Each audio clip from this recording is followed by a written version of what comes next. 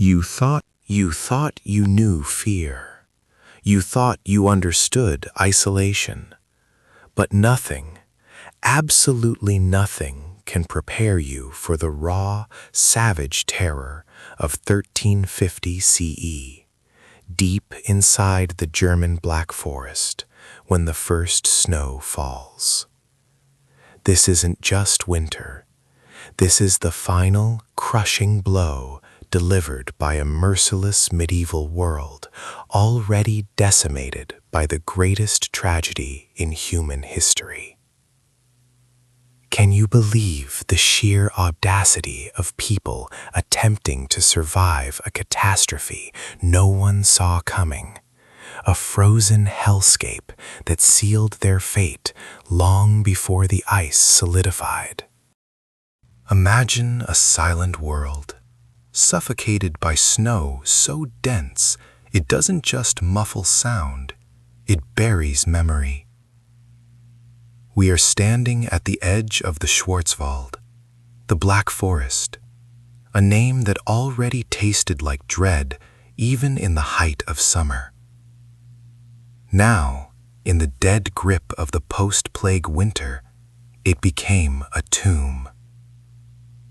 The air itself was thin, sharp, and it carried the whispering dread of millions recently lost. The Black Death, the pestilence, had swept through Europe like God's own scythe, leveling cities and turning fields into mass graves. It had been a wildfire, fast and hot. But the forest dwellers, they didn't burn, they froze. They thought their isolation, their deep, rugged remoteness, was a shield. They were wrong. Isolation, my friends, is not protection. It is merely a slower, more agonizing form of execution when the world outside has stopped turning. Every path, every trail, every desperate lifeline connecting these tiny, forgotten villages, places like Rauthaus, Hinterzarten, and Waldkirch, was now erased by drifts taller than a man, drifts that whispered of starvation and cannibalistic despair. The calendar reads 1350. The few souls who survived the initial plague wave now face a second, silent enemy: the complete and utter collapse of infrastructure. No trade, no travel. No king knows their name, and even the priests have abandoned the high trails, leaving these communities spiritually and physically alone to face the endless, encroaching darkness of the woods. This is where the real horror begins. This is the story of how 7 families, huddled together in the village of Falkenstein, learned what happens when nature, history, and pure primal fear conspire against you. They stocked their larders, yes, they cut their wood, but they failed to calculate the compounding madness. Every passing day, the shadows in the trees grew longer, and the silence became less comforting and more accusatory. They were staring into the abyss, and the abyss was starting to blink back. And what they feared most wasn't the frostbite that claimed fingers and toes. It was the chilling realization that perhaps they hadn't been spared by the plague. They had simply been preserved for something far worse. The first sign that this winter was different wasn't the temperature drop, which was already unprecedented, dragging the mercury down to lethal levels. No. The first sign was the unnatural quiet of the birds. The forest, normally a symphony of struggle and life, was dead silent. Even the scavengers, the wolves and ravens who usually thrived in times of widespread death, were gone. They had either fled south, or they had found something so terrifyingly abundant to eat that they had no need to venture near the human settlements. This psychological pressure cooker transformed neighbors into strangers overnight. Trust became a commodity rarer than salt. Who among the survivors had been touched by the fever before the snow fell? Who was hiding a cough? Who was secretly hoarding the last of the salted pork? Every shared glance across the fire pit was a calculation, a grim inventory of who was strong enough to work, and who was just a mouth waiting to be fed, or worse, a carrier waiting to unleash the plague's icy second wave. The village elder, a man named Klaus, whose face was carved by 100 harsh winters, tried to maintain order. He instituted the 3-stick rule, only 3 bundles of wood per family per day, no exceptions. The punishment for violating this simple edict? Banishment. And in 1350, being banished from the only warm shelter meant a guaranteed frozen death within hours. Klaus understood that the true enemy wasn't the cold or the hunger. It was the breakdown of the fragile social contract.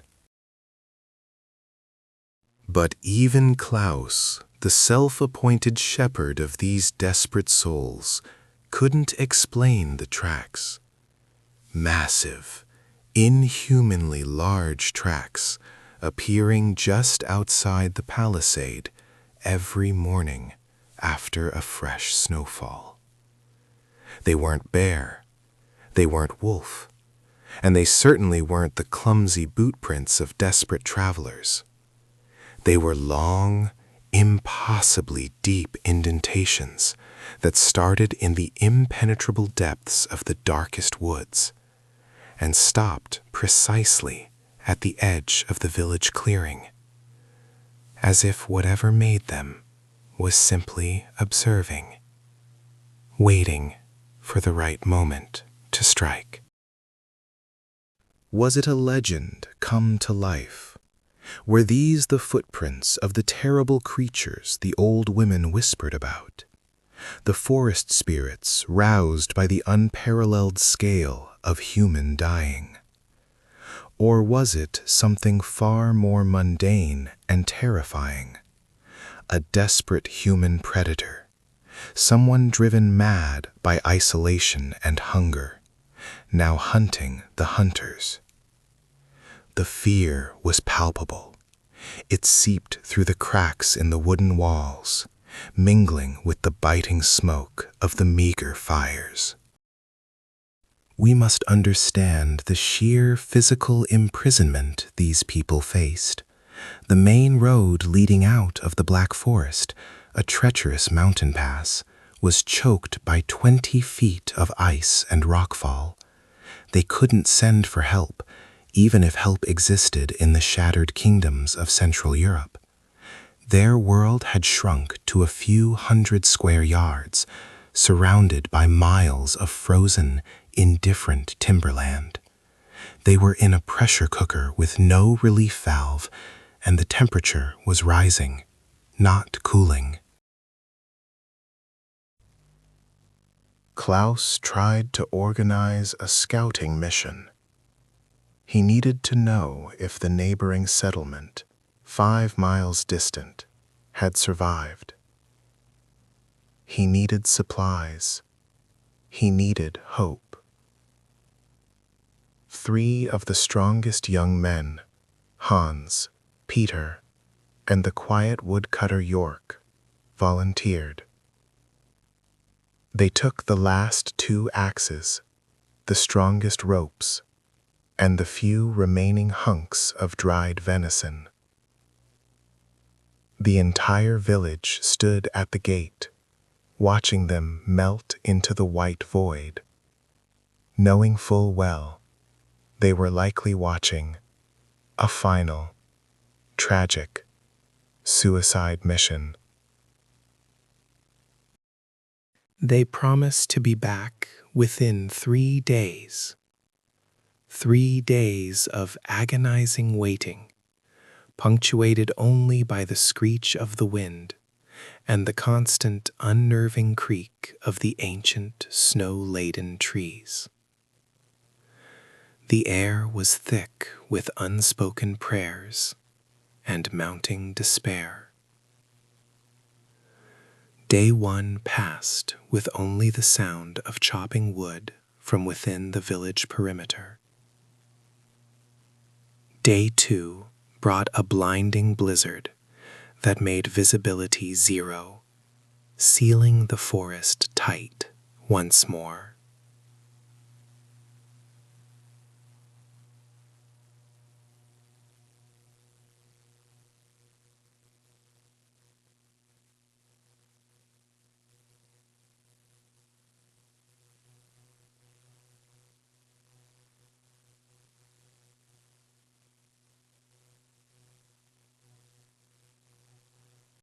But it was day 3, the hour before sunset, when the waiting stopped.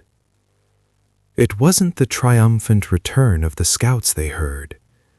It was a singular, blood-curdling scream, echoing through the white silence. A scream cut brutally short, as if the very air itself had swallowed the sound. And then, silence again. Total, suffocating silence. They knew. They didn't need to see the body, or the blood, or the broken axe. They knew that whatever the winter had unleashed, it was stronger, faster, and far more terrifying than the 3 toughest men the village had to offer. Falkenstein was under siege, not by an army, but by the wilderness itself, armed with a hidden horror.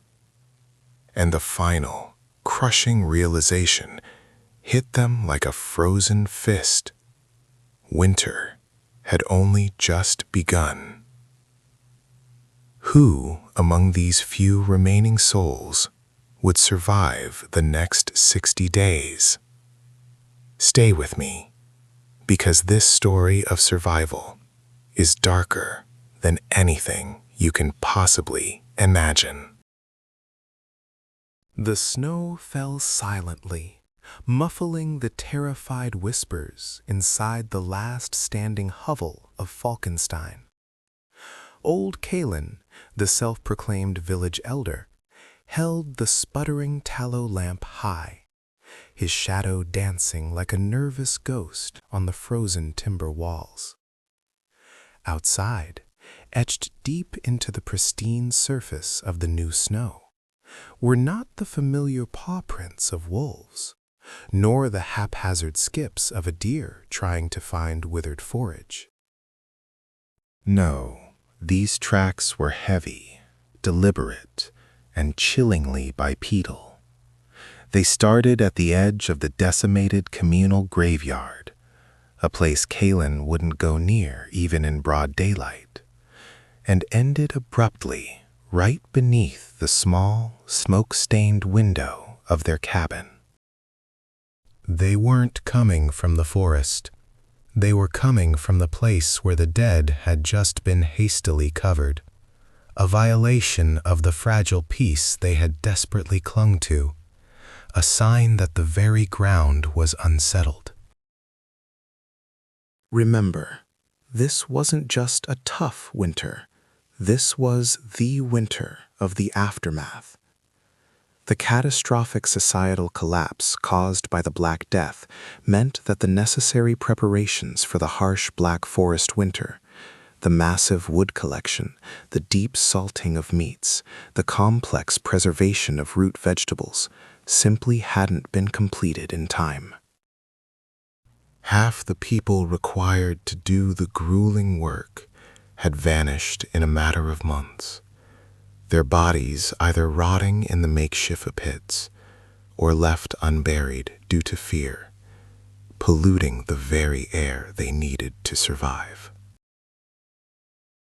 The historical records from 1350 show a profound spike in starvation and winter fever deaths, not merely from the cold, but from the utter failure of the logistical chain that sustained these small, isolated communities. Now, they didn't just fear the external cold. They feared the internal, measured fear of the dwindling stores of dried peas and the pathetic handful of smoked boar ham they had managed to salvage. A finite countdown to doom. Every ounce of fear was amplified by the historical reality that no help was coming. The roads were blocked, the monasteries were closed, and the nearest major town, Freiburg, was likely cannibalizing its own resources, praying for spring and ignoring the desperate cries from the deep woods. This isolation was meant to be their shield against the plague. It had become the perfect weapon for a different, more patient predator. The fear wasn't solely external, however. Isolation, that cruel mistress, began to turn neighbor against neighbor, father against child, weaponizing the silence. Every creak of the freezing wood, every groan of the ancient snow-laden trees outside became undeniable proof that someone or something was testing their defenses, probing the weaknesses of their sanity. Young Ilara, perhaps the most terrified soul remaining, sat huddled in the corner, clutching a rusty iron poker, staring wide-eyed at the small, narrow gap beneath the doorframe. She swore she heard whispering, a low, guttural cadence that wasn't German or Latin, but something older, something primal, echoing the very silence of the deserted woods, the language of the forgotten dead. Kalin dismissed it as winter sickness, a common historical term for the deep depression, paranoia, and hallucinations brought on by the combined forces of lack of sunlight and severe nutrition deficiency. But even he couldn't deny the pervasive, cold scent of unwashed musk that sometimes seemed to seep right through the locked door, a stench that belonged neither to man nor known beast. The village dog, the last survivor of the local pack, had vanished 2 days prior, leaving behind only a single, clean-severed strip of leather from its collar near the well. This wasn't predation. This was a warning, meticulously delivered. Then the sun, what little light it could muster through the oppressive gray sky, finally dipped below the ridge, plunging Falkenstein into a terrifying premature night. It was then, exactly at the cusp of darkness, that the real pressure began. It wasn't a roar or a sudden violent crash of shattering wood. It was slow, methodical, and arguably far more terrifying to their already frayed nerves. A rhythmic scraping sound began outside, right where the tracks had abruptly vanished beneath the eaves of the roof.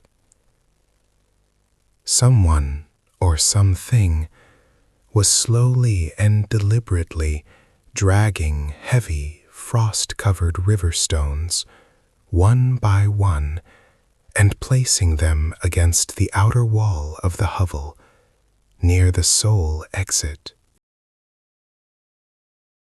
They weren't trying to break in immediately. They were systematically building a barrier, sealing the survivors inside their own refuge, making immediate escape impossible should the situation turn violent. A strategy of calculated containment. Kalen swallowed hard, his hands shaking violently as he gripped his grandfather's ancient rusted axe, the only protection they possessed against the encroaching dread. This was not the chaotic behavior of a hungry wolf pack, or a lost, desperate peasant seeking unauthorized shelter. This was calculation. This was malice distilled into stone and silence. The scraping continued, relentless, measured, a horrifying geological clock ticking toward their demise. They were being entombed alive in their own house of terror, turning their historical sanctuary into a prison cell.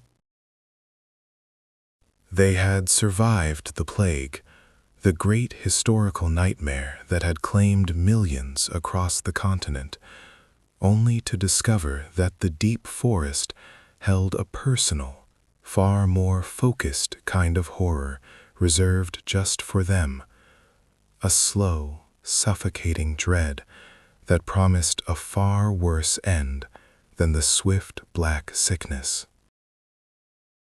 The weight of the stones against the flimsy wooden walls grew heavier, the pressure mounting, physically crushing the very air out of their lungs, making breathing a conscious, agonizing effort. They knew with a certainty that iced their blood and paralyzed their muscles, that if they waited until morning, the wall of stones would be too high, too heavy, and the silent, unseen thing responsible would be waiting for them to starve or freeze into submission. They had one choice left, one desperate, suicidal gamble to buy even a few hours of freedom. Break through the smaller back window and run directly into the pitch-black, trackless depths of the Black Forest. But running meant facing the bitter, immediate cold, facing the territorial wolves, and most terrifyingly, facing the fact that whatever was outside already knew they were trying to escape, and that the trap had already been set perfectly. Who was building this morbid wall of stone, and why were they trapping the last 3 souls of Falkenstein like field mice in a jar?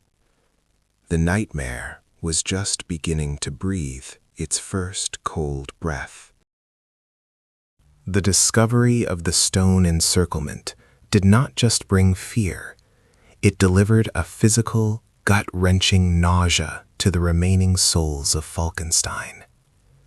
This was not the random cruelty of nature or the hungry desperation of wolves. This was malice, measured and intentional, carved from the earth itself to serve as their permanent, frozen tomb. The rough-hewn granite blocks, stacked unevenly but with grim dedication, stretched away into the deepening twilight, a dark line bisecting the white canvas of the forest floor. It was a monumental task, requiring a strength and coordination that should have been impossible in a region decimated by the pestilence just months before. Matthias, the young hunter, pressed his cheek against the unforgiving stone, feeling the icy grit under his glove. The mortar binding them was crude, mixed perhaps with snowmelt and mud, but it was fresh. He swore he could still detect the faint metallic tang of sweat mixed with the scent of pine sap, a human residue, yet one that felt somehow alien and wrong. He looked back at Alara and Kuno. Kuno, the elder, was rocking back and forth near the fire pit, his eyes wide and unfocused, muttering Latin prayers that hadn't been heard in the village since the priest died in May.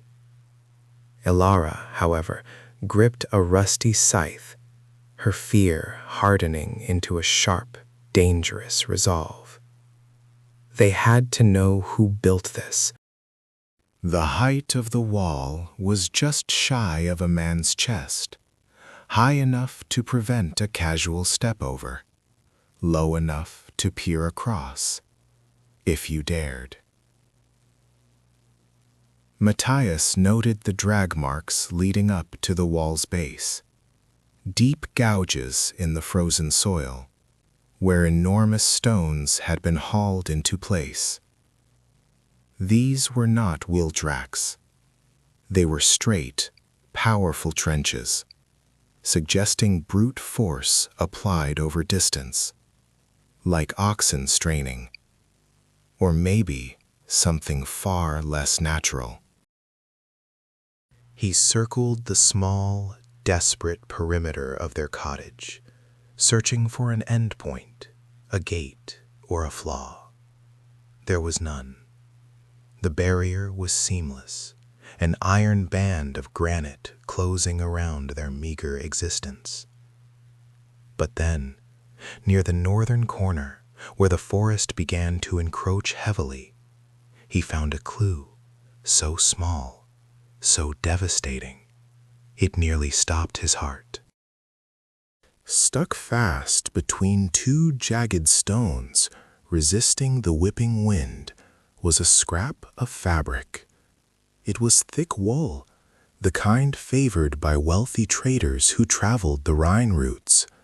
But this piece was stained, completely saturated in a deep, unsettling crimson. It wasn't the dull, oxidized brown of old blood, but a vivid, almost unnatural scarlet. Had the builders bled? Or was this a warning? A piece of a banner, perhaps? Matthias quickly tucked the cloth away, the chill of the wool seeming to penetrate his glove and settle bone deep. They were dealing with something organized, something that had resources, and something that clearly wasn't suffering from the same isolation and starvation that plagued the true survivors. Kuno finally stopped his panicked mumbling and pointed a shaky finger toward the hearth, where the fire was already beginning to die down into a sad pile of gray ash. "The wood," he rasped, his voice sounding like dry leaves skittering across the floor. "We are sealed off from the main pile. We have only what is inside." The reality of their entrapment became terrifyingly practical. The winter of 1350 CE was already legendary for its severity, a brutal, relentless onslaught following the plague's summer feast.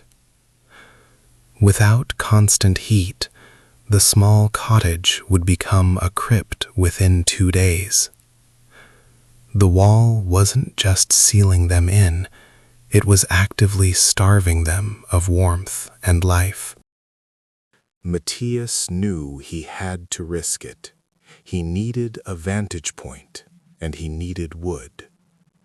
He hoisted himself onto the top of the wall, moving with the practiced silence of a man who lived perpetually on the edge of survival.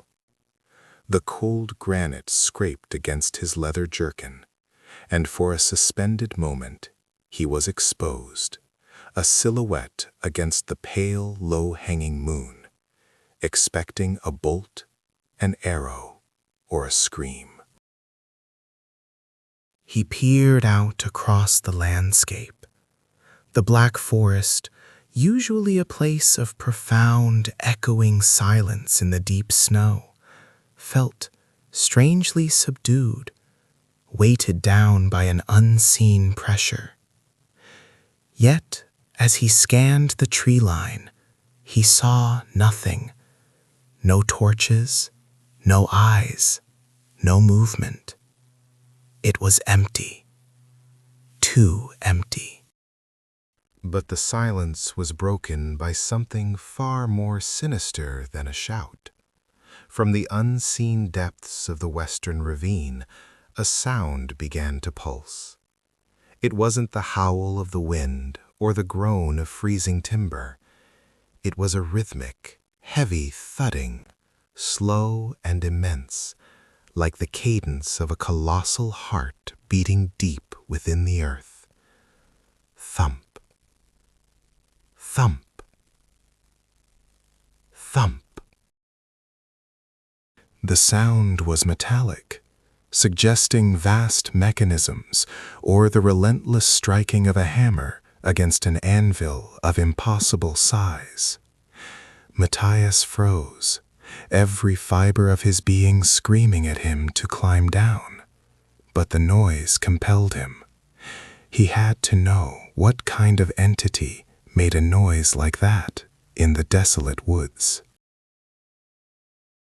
He searched for the source, following the sound with his eyes, and that's when he saw the path. It wasn't a game trail or a logging road. It was a straight, unnatural corridor cut through the ancient, massive pines. The trees hadn't been felled and trimmed. They had been snapped, their splintered trunks lying like broken matchsticks on either side of the wide track. This path, stretching into the black horizon, was not heading to Falkenstein, but rather past it. The builders hadn't isolated them randomly.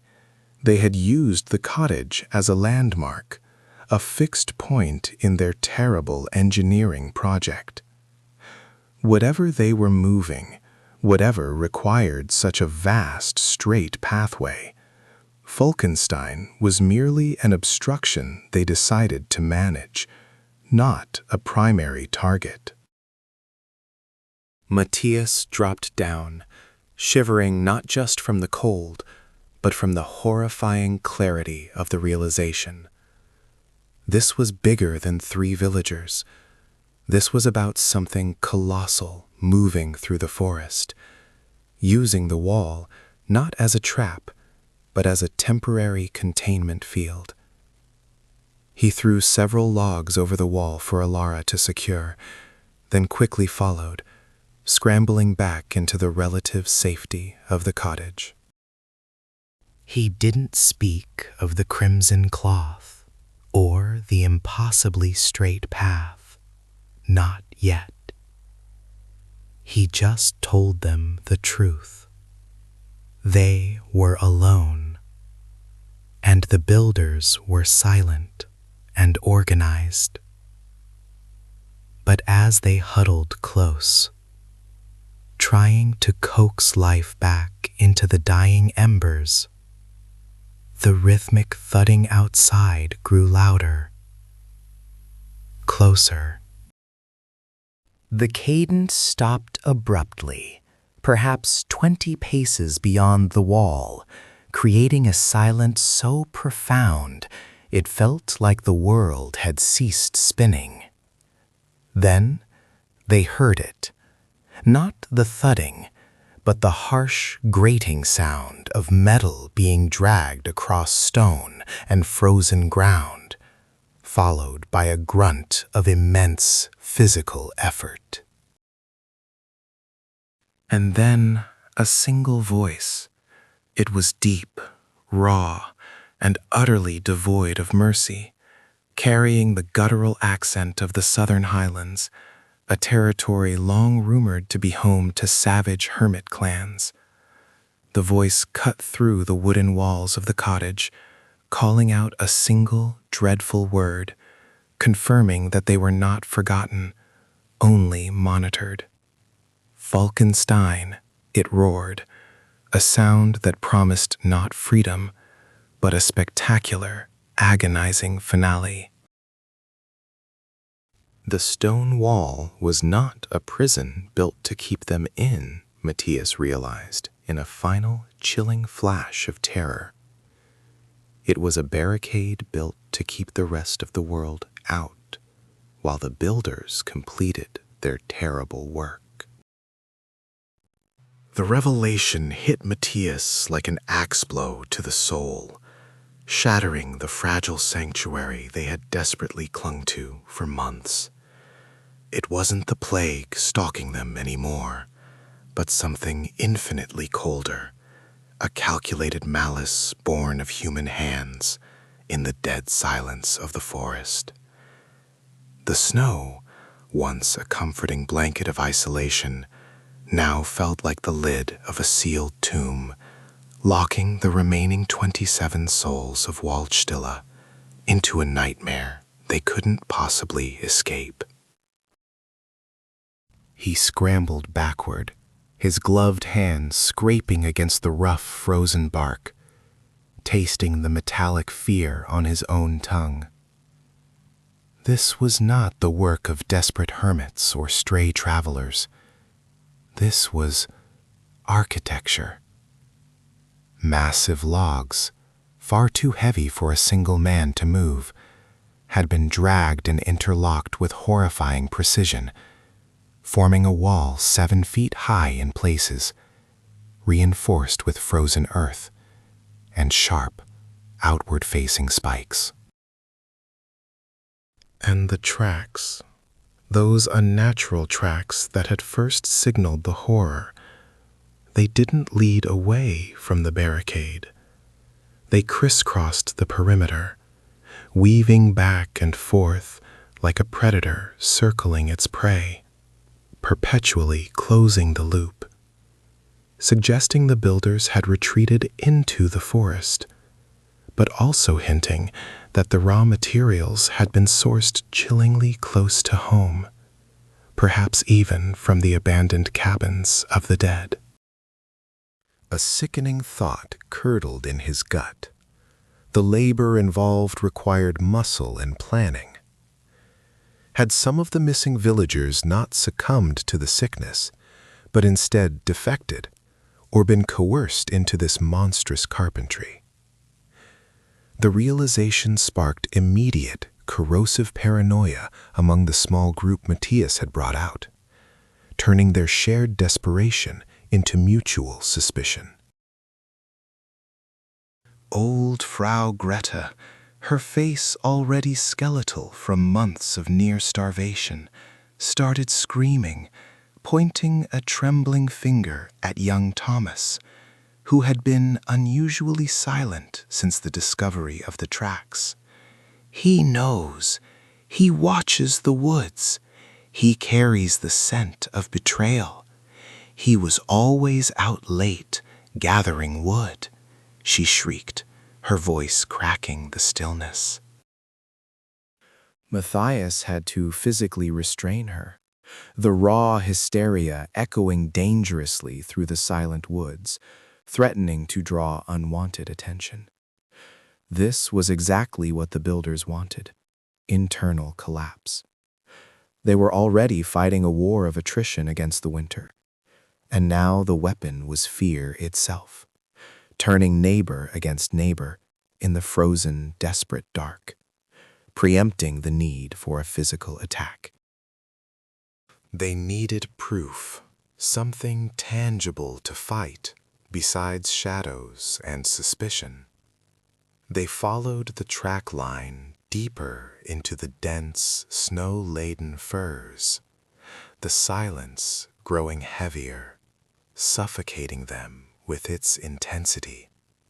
Every snap of a twig beneath their worn leather boots sounded like a gunshot in the vast, empty cathedral of the forest. Then they found it. Not a body, which would have been a terrible mercy, a definitive ending, but something far more unsettling. Tucked into the snow at the base of a particularly large spruce. Deliberately concealed, yet placed where it could be found. It was a discarded tool, but not the heavy, rough-hewn iron of their own village smith, the kind built for rugged peasant work. This was a finely crafted, almost delicate, wood-carver's blade, clearly designed for detail and precision, its handle made of polished cherry wood. The blade was stained dark, not with pitch or earth, but with something sickeningly organic, glistening almost black in the weak, filtered light filtering through the dense canopy. A dried mixture of blood and human fat, perhaps, horrifyingly suggestive of its recent use. This tool spoke of someone skilled, someone who valued artistry and chilling precision over mere brute force, suggesting a level of cold, calculating competence in their dreadful plan. And etched deeply into the smooth wooden handle, a precise, horrifying symbol. Two interlocking serpents, devouring their own tails in a perfect, endless circle. It was a sigil Matthias had seen only once before, long ago, in the dusty, forbidden scrolls kept by the traveling preacher, Father Klaus, before the plague had swept him and his strange books away. The interlocking serpents, the ancient symbol of the sons of ether, a fringe cult whispered to haunt the deeper, forgotten valleys of the Black Forest, a sect far older than any established church. They were rumored to believe that the world was not saved by God's grace, but cleansed by catastrophe, and that only those who embraced total, punishing isolation and self-sufficiency, far from the rot of human society, were worthy of survival. They saw the Black Death not as a curse, but as a divine culling, preparing the world for their dominion. But their methods were notoriously extreme. They didn't just isolate themselves. They actively purged anyone they deemed weak or contaminated by the outside world, viewing themselves as the necessary instruments of the cleansing fire. If the sons of Aether were responsible, this wasn't protection. It was a horrifying quarantine, with the village of Waldstill designated as the infectious material, the last remnants of a failed world. Matthias felt a cold dread settle deeper than the winter chill. The plague had killed 90% of Europe, but perhaps these extremists saw the surviving 10% as merely unfinished business. They were the self-appointed executioners of a world they judged to be hopelessly tainted, and Waldstill was their final laboratory, their dark masterpiece of isolation. They rushed back to the village clearing, stumbling through the deepening snow, the knowledge of the cult symbol burning in Matthias's mind. Every shadow seemed to hold an observer now. Every whisper of the wind was potentially a scout. They were trapped, yes, but now they knew who held the keys to their cage, and those keys were held by fanatics. When they reached the village clearing, the first thing they noticed was the silence. Not the usual, oppressive winter silence, but an empty, expectant quiet, like the moment before the hammer drops. And the second thing was the unmistakable evidence that someone, or several people, had been there while they were gone, moving with impossible stealth. The small, precious pile of cured venison, reserved specifically for the weakest children and the elderly, was gone. Not stolen carelessly, leaving tracks or disturbance, but meticulously removed.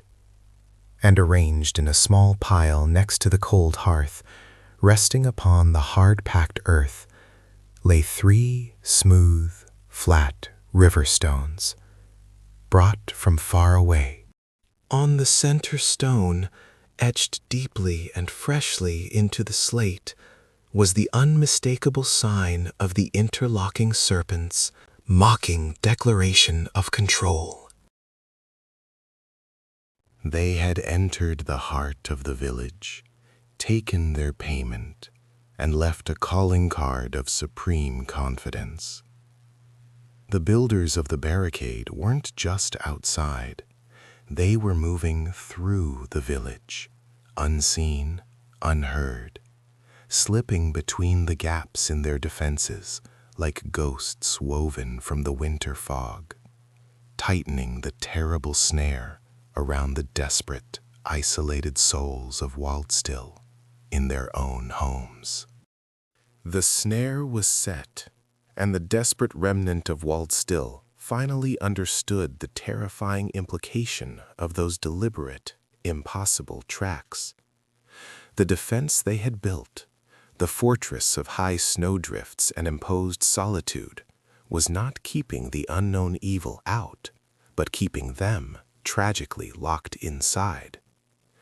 Every boarded window, every rusted hinge, every hastily bolted door was now just a delay, a ticking clock counting down to the inevitable moment when the unseen stalker would finally make its devastating move against the isolated souls held captive within the very sanctuary they had risked everything to create.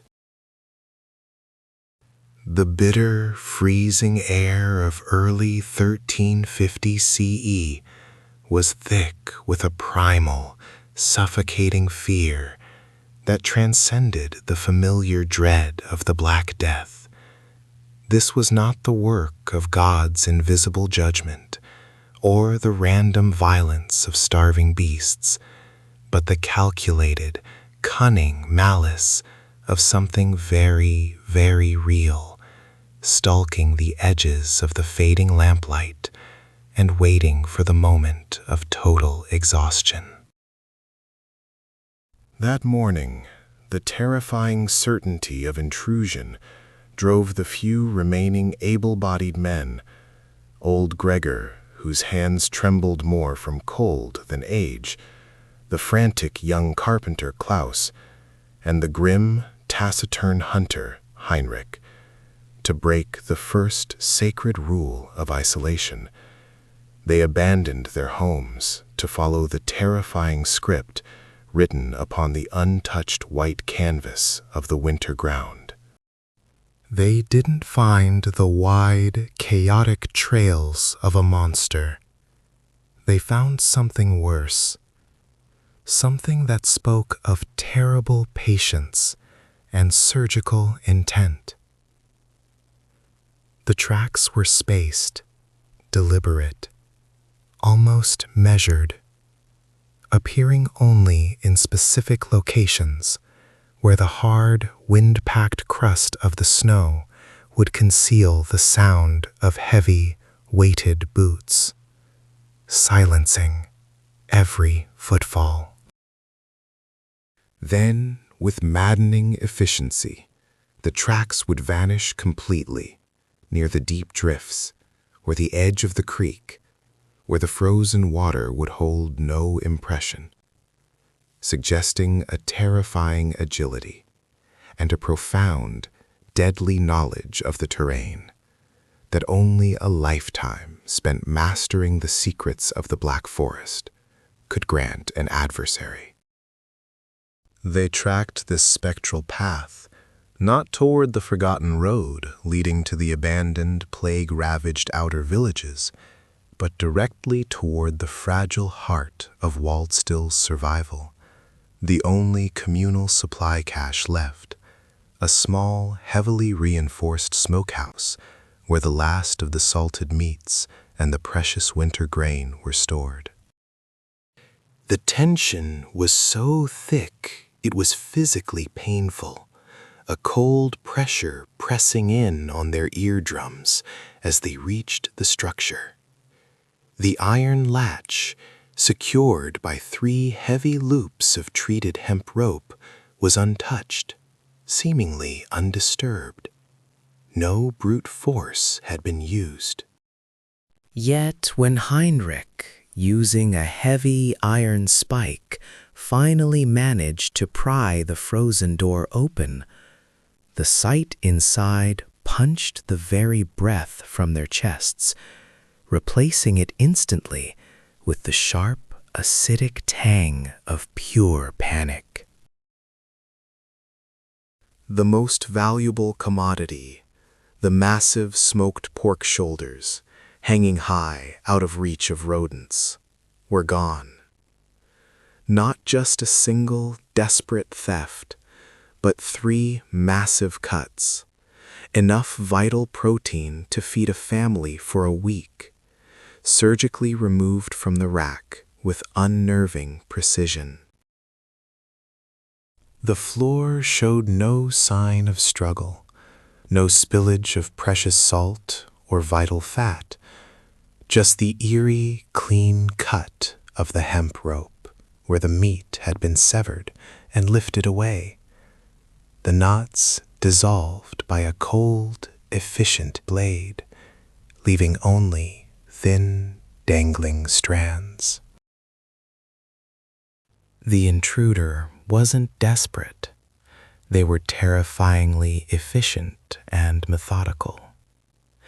They knew exactly what to take, and crucially, how to take it, without causing a ruckus that would alert the sleeping villagers 50 yards away. This wasn't robbery born of hunger. This was reconnaissance and calculated cruelty, designed to maximize terror and minimize the risk of detection. The fear immediately shifted from the abstract dread of a monstrous beast to the sickening realization of human horror. They had survived the plague, that terrible, indiscriminate judgment, only to become the helpless, trapped prey for their own kind, bandits, outcasts, or deserters, driven mad by starvation, and now using the isolating shroud of the deep winter as their perfect tactical hunting ground. But the tracks remained the terrifying conundrum. If the intruder was so skilled, so silent, why leave the perfectly placed evidence? Why risk exposure? The chilling, unsettling answer began to crystallize in Heinrich's mind, a realization colder than the winter air. The tracks were not an accident. They were a deliberate, taunting warning. They weren't meant to be hidden from the skilled eye. They were meant to be found, a message delivered in the silent, terrifying language of the snow, ensuring the villagers knew, beyond a shadow of a doubt, that they were being watched, studied, and slowly, systematically, starved out of their sanctuary. This was psychological warfare waged against souls already frayed to the breaking point by months of loss and unending suffering. The knowledge that the enemy was not a mindless, predictable animal, but a calculating, sentient mind, perhaps watching them right now from the dense, silent woods, was a cold, paralyzing blade pressed against the spine. They raced back, the three men now moving with a frantic, animal energy, fueled by absolute dread, spreading the catastrophic news of the theft and the impossible sophistication of the intruder. Within the hour, the remaining 17 inhabitants of Waldstill converged, their faces white masks of horror, gathering at the stout stone house of Elder Cult, the largest and only structure with a working deep well inside its protective perimeter. The desperate decision was made under the sputtering, chaotic light of precious tallow candles. They would consolidate immediately. Safety in numbers, a desperate, age-old, and often failing tactic against overwhelming, invisible odds. But consolidating meant abandoning their own hearths, the small, hard-won bastions of warmth and comfort they had fought so fiercely to maintain against the crushing external cold. As they moved their meager belongings, bags of dried herbs, precious tools, and the few remaining family heirlooms, the unsettling, echoing silence of the abandoned homes they passed was deafening, a hollow monument to the lives already taken and the terror yet to come. Elder Cult, his face a road map etched with the suffering of 80 years, immediately organized the watch, assigning the 4 youngest men, their eyes wide with disbelief and panic, to the duty. They armed themselves with repurposed farming implements, rusted axes, and 2 precious, albeit dull, hunting knives, stationing themselves at the narrow, high windows, their eyes straining against the moonless, crushing void outside. The heavy oak door was barred with a massive, hand-hewn beam, the only fragile thing separating their collective, gasping hope from the consuming, methodical darkness. They whispered prayers for safety, for the arrival of the blessed morning, for anything to break the suffocating deep silence that pressed relentlessly against the stone and timber walls, threatening to squeeze the life from the room. But the silence was deceitful, a terrible lie designed to lull the weary into a false sense of security. Hours crawled by, each minute stretching into an agonizing, unbearable eternity. Until, just past midnight, a sound sliced through the white-hot tension that was infinitely worse than any expected roar or violent sudden shriek. The distinct, rhythmic scratching, not against the heavy wooden door, but against the exposed timber and roof slates directly above their heads. Impossibly high, impossibly close. The trap was sprung. The siege had begun, and the unseen, calculating hunter was now literally on top of them, poised for the kill. The impact was not the heavy thud of a falling tree, nor the panicked scramble of a startled bear. It was a calculated, weighty descent, a silent acknowledgement that the game was over, and the field of play was now constrained to the few square meters beneath the moss and sod roof. Hans froze, every molecule in his body screaming, the memory of the immense, unnatural tracks outside flashing behind his eyes. The only sound in the suffocating darkness was the panicked, shallow breath of Alara, his wife, clutching their infant daughter, Greta, against her chest by the cold hearth. The weight above shifted, not quickly, but deliberately. It was testing the structural integrity of the timbers, a terrifying, dragging noise of hide and bone against the frozen earth and interwoven branches that formed their primary defense against the apocalyptic winter. This wasn't merely a brute force attack. This was intelligence at work, a horror exponentially magnified by the chilling precision of the movement. A thin, powdery dust of frozen soil and desiccated moss began to sift down through the gaps in the ceiling planks, miniature avalanches signaling the destruction above. They were sealed in a wooden coffin, and the pallbearer was already walking across the lid. Hans slowly, agonizingly, reached for the crude iron axe he kept buried beneath a pile of dried kindling. In 1350, after the pestilence had stripped away all vestiges of communal security, this single heavy blade was the last line of civilization against the unending darkness. He remembered the old stories his grandfather told, tales of the forest reclaiming the unwary, of beasts that walked upright, and men who succumbed to the pure, ravenous madness of starvation and isolation. But this felt different. This felt like something that enjoyed the terror it inflicted. The air inside the cabin, already frigid, seemed to drop another 10 degrees, pulling the moisture from their lungs.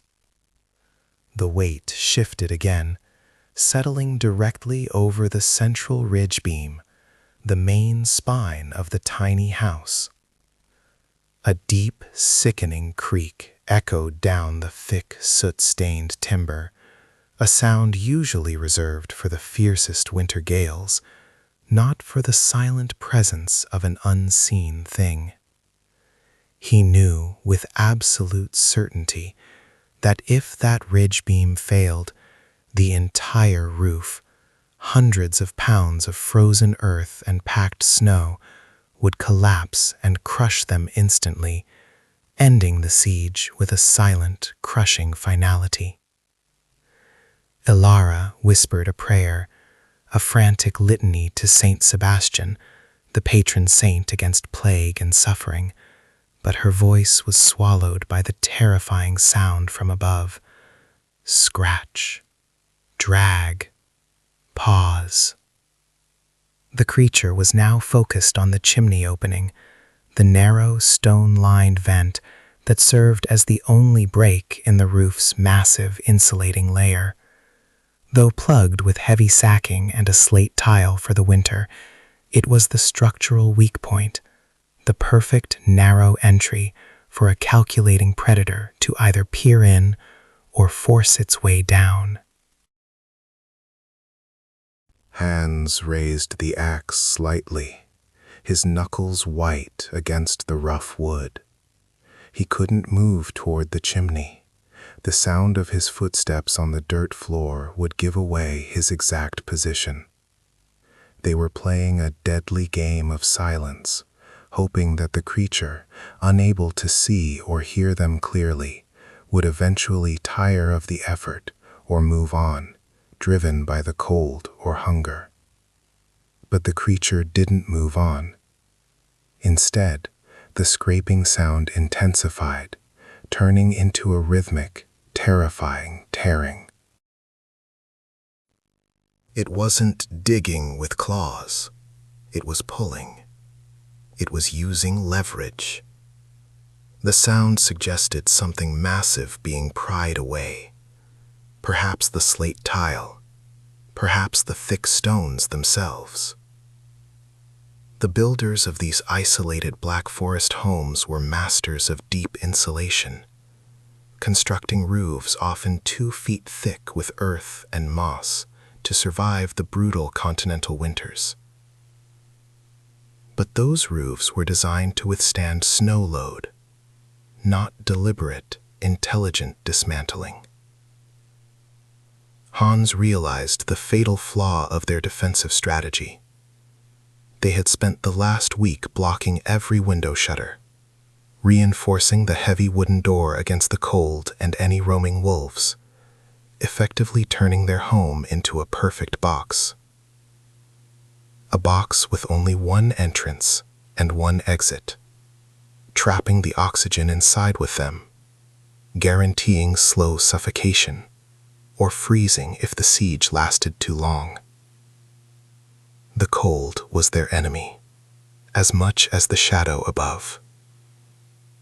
Without a fire, the internal temperature was rapidly approaching the external temperature, threatening hypothermia long before dawn broke, if it ever did. A loud thunk resonated, followed by the sound of something heavy rolling down the slope of the roof and landing silently in the deep snow below. The slate tile was gone.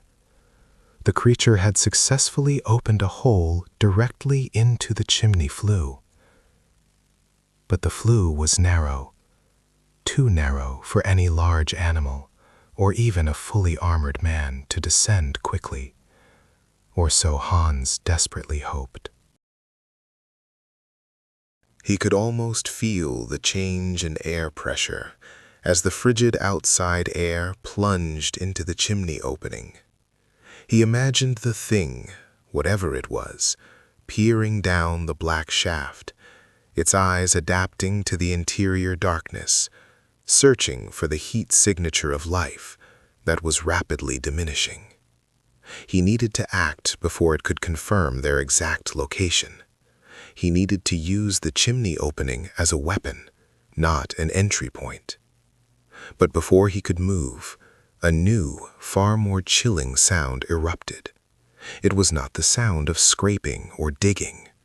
It was the sound of heavy, wet breathing, shallow, labored, but undeniably focused. And then, a sound that stole the air from Hans's lungs, a low, guttural murmur. It wasn't a growl, but a sound that was disturbingly close to speech, muffled by the stone and earth, yet carrying an unmistakable inflection of satisfaction. The creature was not just observing, it was communicating its triumph. The siege had entered its final, agonizing phase.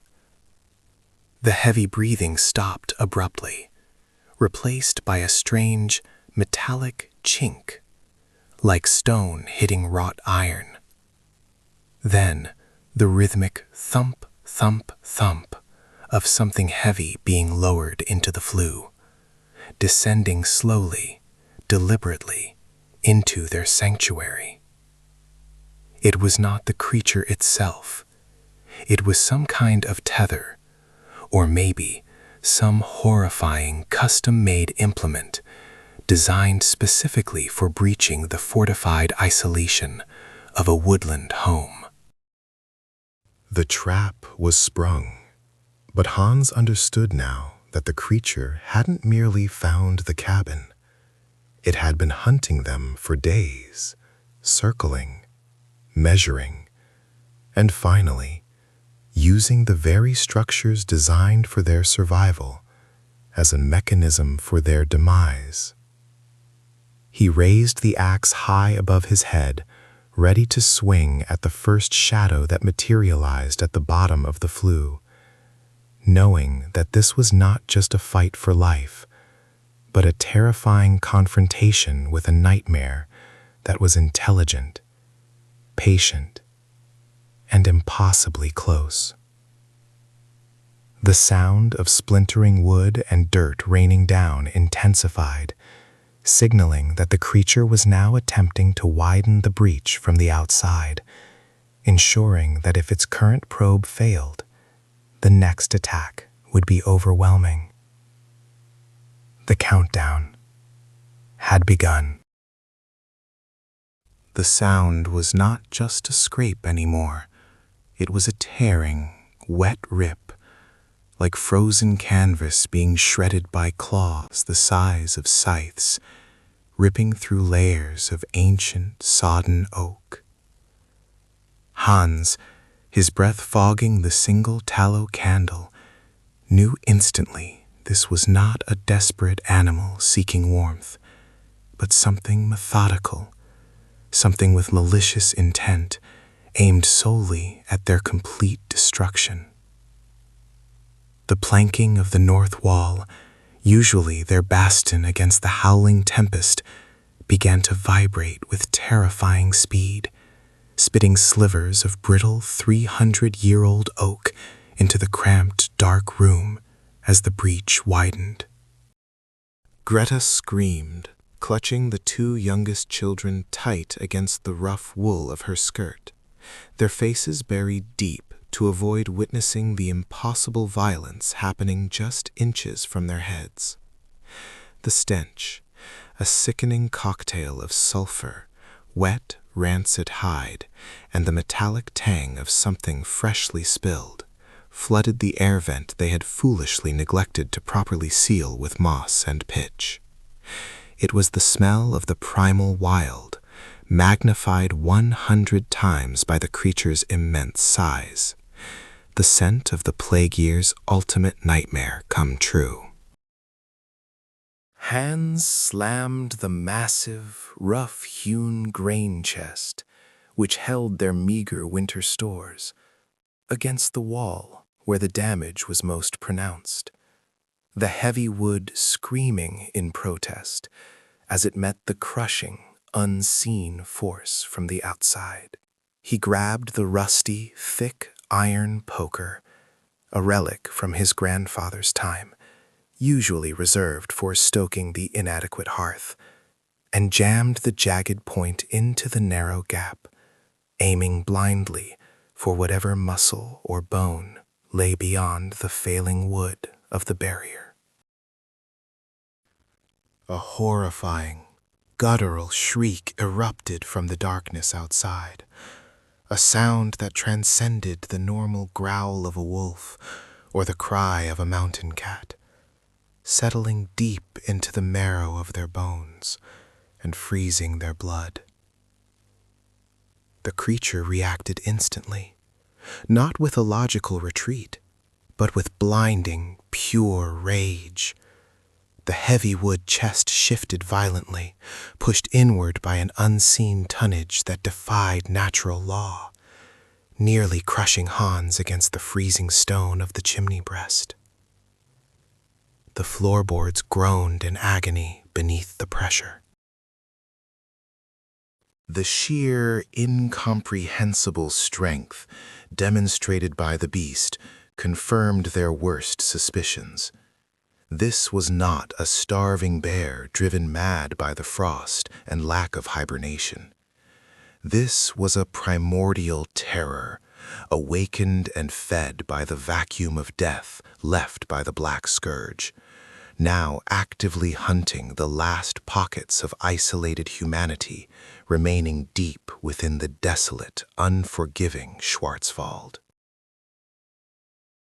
In 1350, after the pestilence had vaporized half of Europe's population, every surviving peasant knew the world had been fundamentally broken, divorced from God's protection.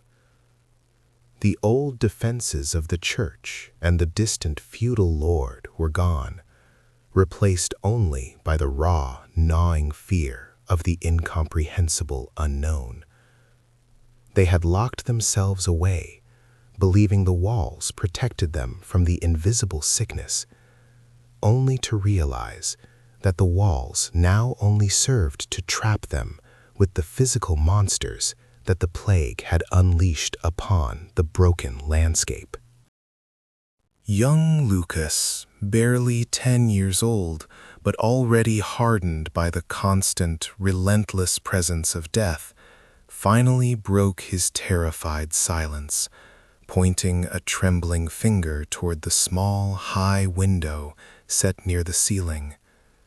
"Father, the shadow, it's moving above the snow line," he whispered, his voice thin and sharp as a shard of ice, conveying a dread far too mature for his years.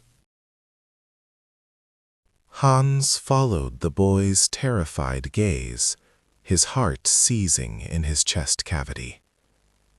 Medieval Black Forest houses were built low, squat, and heavy, to withstand the relentless, crushing weight of the alpine winters. If something was tall enough to cast a distinct, moving shadow above the monumental snowdrifts piled 5 feet high against the eaves, its true height must have been staggering, impossibly inhuman, a walking terror. It confirmed the earlier, desperate analysis of the massive tracks they had found. Whatever this was, it walked on 2 massive, crushing legs, but possessed the bulk and lethal raw power of something designed for killing ancient mammoths, not merely scavenging the meager, starved leavings of a peasant's home. The sound of its breathing, now audible as a harsh, ragged, rattling inhalation through the growing gaps in the wood, felt like the bellows of hell itself, actively sucking the meager, precious warmth out of their tiny, fragile dwelling and into the void. Hans grabbed the only true weapon he owned, the small, battered, but still sharp woodcutter's axe, and swung it blindly at the wall, hoping to deter the beast by inflicting a painful, if minor, wound that might buy them seconds. The steel bit deep, not into flesh, but into the thick, resistant oak, embedding itself exactly where the creature was focusing its relentless external force, a temporary, desperate anchor. This momentary, desperate pause was all the creature needed to reevaluate its target. With a terrifying surge of focused energy that rattled the very foundations and shifted the cottage on its stone base, the iron poker was ripped violently from Hans's numb grip, scraping deafeningly against the stone floor before being swallowed instantly by the roaring night outside. Then, a single, definitive, splintered plank of ancient oak, the last intact piece of the north wall's vital defense, buckled inward with a sickening, final snap. A massive, black, clawed appendage, dripping what Hans desperately prayed was only frozen sap and not the creature's own dark blood, punched violently through the barrier.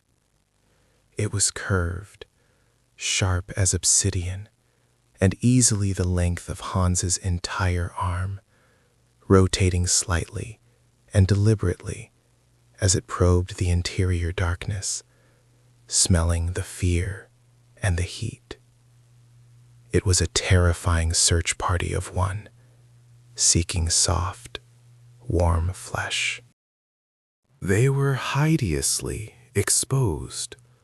The creature had finally found its way in, confirming that for all their desperate, fearful planning, isolation was not a defense against true, absolute horror, but merely a temporary, fragile delay.